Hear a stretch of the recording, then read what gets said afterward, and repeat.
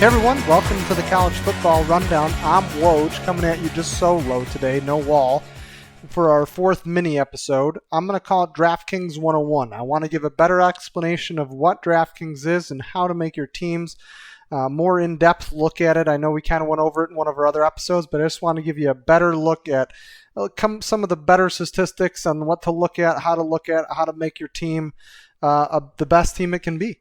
And also I want to go over a couple of the different game types that we didn't go over last time as well. Now, DraftKings, and what is it? DraftKings is a daily fantasy sport, a DFS. We've talked about that acronym a couple times before. There's many other websites that have it. DraftKings is just the one I use the most. And it does have some differences from the others, and we'll kind of go over what DraftKings is all about and how to do it. So DraftKings, you draft 8 players from a set of games. So the games DraftKings sets, usually say for a Saturday slate of games, it's the earlier games. So say it's 11 to 12 different games they'll pick in the afternoon. You'll only be able to pick from those players. And then they'll do usually another game, which is just the night games, which will typically be from 7 to 9 different games. And again, you'll only be able to get the pick from players from those 7 to 10 games for those night game slates. Now, they do have other games as well where they just do a single game. Those are tougher. Would try to stay away from those as much as possible. If you like to do that, you can do that. But you'll get a salary of $50,000. You have to stay at or under with the 8 players. So that's an average of $6,250 if you were to just take everybody on average. Now, DraftKings sets the money for all of the players, and they put their top tier players, so your Jalen Hurts or your Jonathan Taylors or your Chuba Hubbards, they'll beat those people high in the money. So they'll be like $9,000 or maybe more to own that player.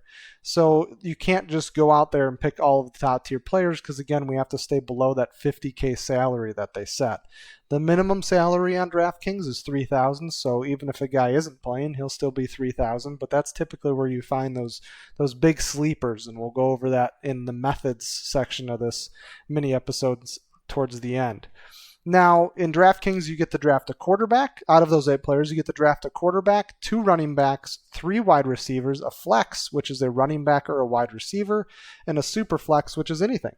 Typically, it's a quarterback because your average price quarterback, typically makes more than your top running backs. Now, not Jonathan Taylor or Chuba Hubbard, but typically any other running back in the game right now in college football is going to make on average about the same as a mid-tier quarterback. So typically I just even say you're drafting 2 quarterbacks. There's no super flex. Now let's get to the scoring, because scoring is a little boring, but it's good to know, especially in DraftKings and especially with receiving, and I'll go over that in a second. But passing, you'll get 4 points for a TD. Each passing yard will be plus 0.04. So that's 1 point for every 25 yards, and an interception is -1 yard. Rushing touchdowns and receiving touchdowns are both 6 points. Rushing yards and receiving yards are both plus 0.1 point, or 1 point for every 10 yards. The big difference here is receiving. If you get a reception in a game, you get a point, which is big. Not every single DFS site does that, so 1 point per reception. For special teams, return for a TD, either a punt, kickoff, or a botched field goal is 6 points.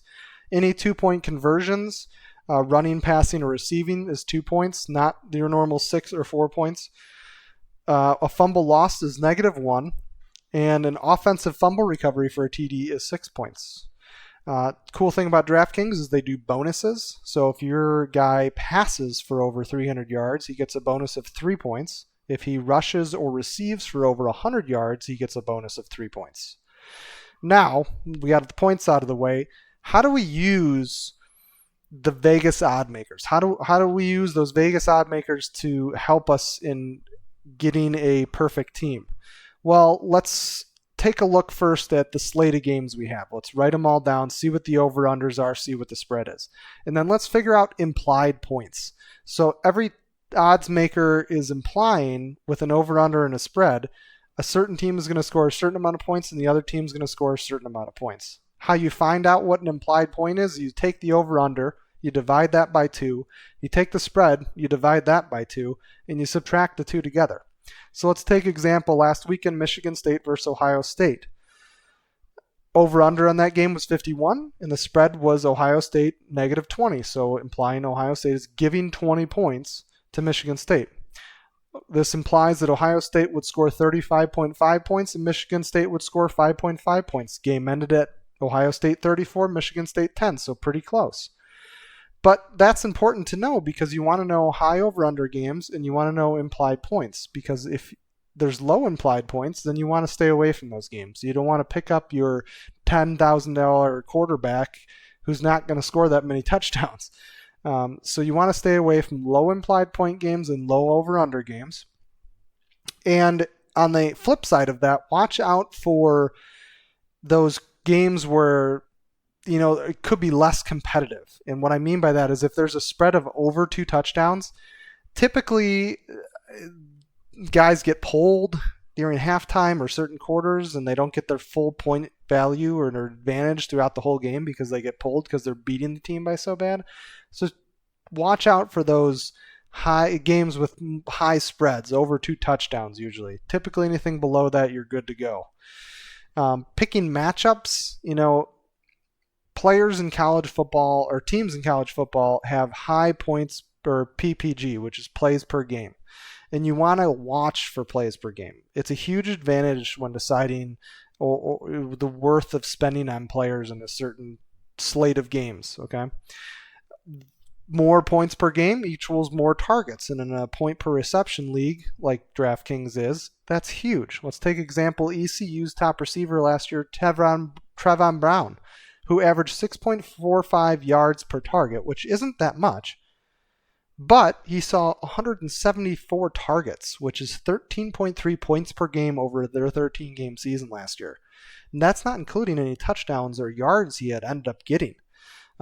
So points per reception is huge, especially in a high PPG offense, because they're just getting the ball out more, getting more targets, more looks, even if it's small, 1 yard. 1 yard gains, it doesn't matter. He's still getting that point per reception. So always stick with high PPG, high tempo offenses. On the flip side of that, you have, even a high time of possession team could have a higher PPG, but you want to steer clear of those high time possession teams. Let's look at Wisconsin for a perfect example this year. They're leading right now in college football with 37 minutes, 28 seconds of time of possession per game. Again, game is 60 minutes. Now, Wisconsin has done pretty well because they've been playing lower echelon teams. Now, if they get to a tougher defense, that might change. The over-unders might go down because of that high time of possession. You look at teams like Navy and the Armies of the world that run spread or run the option offense that have high times of possession. Even if they're not the favorite to win, you want to try to steer clear of those games because they're going to be hogging the ball as long as they possibly can. That's just how their team is. And that reduces your chance to score points on the other end of the ball with your favorite. And the quarterback that was $9,300 on DraftKings isn't going to get as many opportunities as he usually does. He's going to lower his points per game because of the high time of possession or offense on the other side of the field. So different game types in DraftKings are cash games and guaranteed prize pool. So, or we'll call guaranteed prize pool PPG or tournaments. Guaranteed prize pool or tournaments, because they're really the same thing. A lot of people like to call them tournaments. But cash games are contests like 50-50, head-to-head, double-ups, higher odds of winning money because half of the field wins money. Usually have to finish in the top 55% or 51% to gain money in that. And there's fewer entries. Usually a max entry limits are low, so 10 max entries or 20 max entries or 30. So they're keeping it low, but half of the field wins money. The thing about that is if you finish first in that, or if you finish, say in a 10-person tournament, if you finish first or you finish fifth, you're making the same amount of money. because everyone wins a double. It's basically a double up or a 50-50 like they call it. You're just winning back your money plus your money if you get into that top. Now with a tournament, there's larger sums of money but less winners and typically more entries. Max entry limits are much higher in the hundreds of thousands in some cases or even more. So it's much harder to win because there's so many more people playing, and on top of that, there is a higher chance to win more money, though, if you get in first. Whereas you don't win money if you finish in that top 51%. Probably won't win money at 51%. Usually you have to make it in the top 25% in those tournaments to even make close to what you put into the tournament. Now let's talk about methods between these two. Cash games, you want to play safe. You don't want to take risky picks. You want to take those guys that we always talk about, the value picks. You want to look at guys that are going to average good points, that are going to get you points, just because you don't need to win that to make money. You just need to finish in the top 51% or top 50%. Now, let's look at the other side of that, tournaments. Tournaments, you want to take players that are low percentage owned or combo of players that are low percentage owned. Because let's take an example here. Team Awesome running back. Awesome guy like Jonathan Taylor numbers. Gets ruled out for Saturday's game. Got to put the backup in. He's 3,000 on Draftkings. Everyone hears about this and wants to pick him up, so everyone does. So now the Team Awesome running back that was 3,000 is owned by everybody. Now that doesn't help you separate yourself in the field, because if 40% of the people own the same running back you have, that's just like a blown or a wasted pick in your lineup. Think about it like this. If it wasn't a one-day contest and you had a multiple-week contest, the guy in front of you by 10 points picks up that running back and you pick up that running back. You're not gaining any ground on him if that running back does well or bad. You are just staying 10 points behind him. You're not separating yourself. So let's take another example on the other end of this. Team Destroy has a wide receiver who's been riding pine all year, and all the starters are pulling bad numbers. Coach says he wants to mix things up. You see this freshman sitting in Draftkings at 3,000. He looks juicy. You think he's going to get the go-ahead. He's going to get some time in the game because the starters haven't been pulling numbers, and the coach says he wants to mix things up. Guess what? You pick him up. The guy goes in, gets a touchdown, 11 catches, and 100 yards. I guarantee probably less than 5% of the people in that tournament probably have that wide receiver. You're separating yourself from the field because they don't have him and you do. While they all have that same running back who may have scored the same amount of points, but you're separating yourself because you had a different guy that no one else had. So it's all about trying to find that risky pick and separating yourself from the pack.